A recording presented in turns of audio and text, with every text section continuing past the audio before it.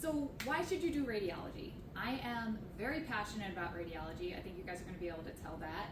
Radiology is super cool because it's not just taking pictures like a lot of people think.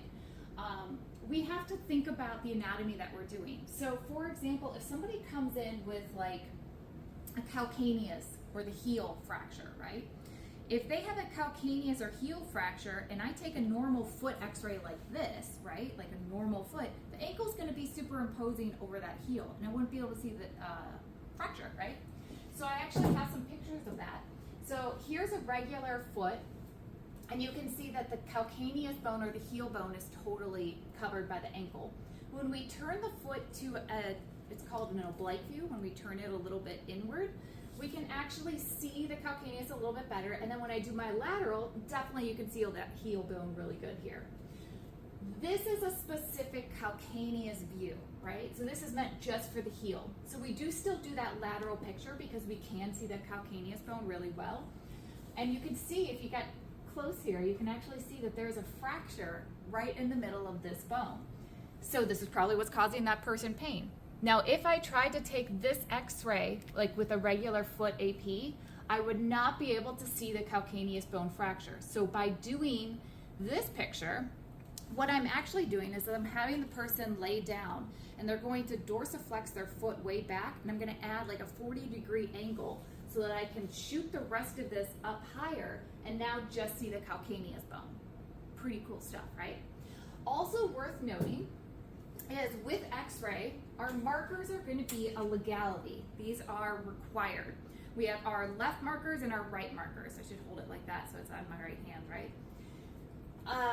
You'll notice that these x-rays do not have markers put on them because these are used for testing situations with the students. If I were to show you like this x-ray here with the foot, is this a right foot or a left foot? I'll give you guys a second to think about that. Because then I'm going to blow your mind.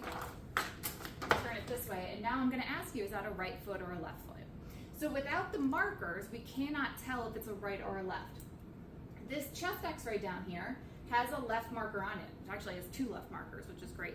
So we know that the left side was up against the image receptor when we took this x-ray. This knee is a right knee. Doesn't matter if I flip it this way or this way, it still says it's a right knee. However, it's going to look the same, right? But that's why our markers are required for legal reasons. And then the last picture I was going to show you really quick was this abdomen x-ray. This picture is taken, first you can see the right side, so that's good. It should be placed in anatomical position. So the person was standing like this. In this position, it's known as an AP position. And you can see that the right side is on the right side.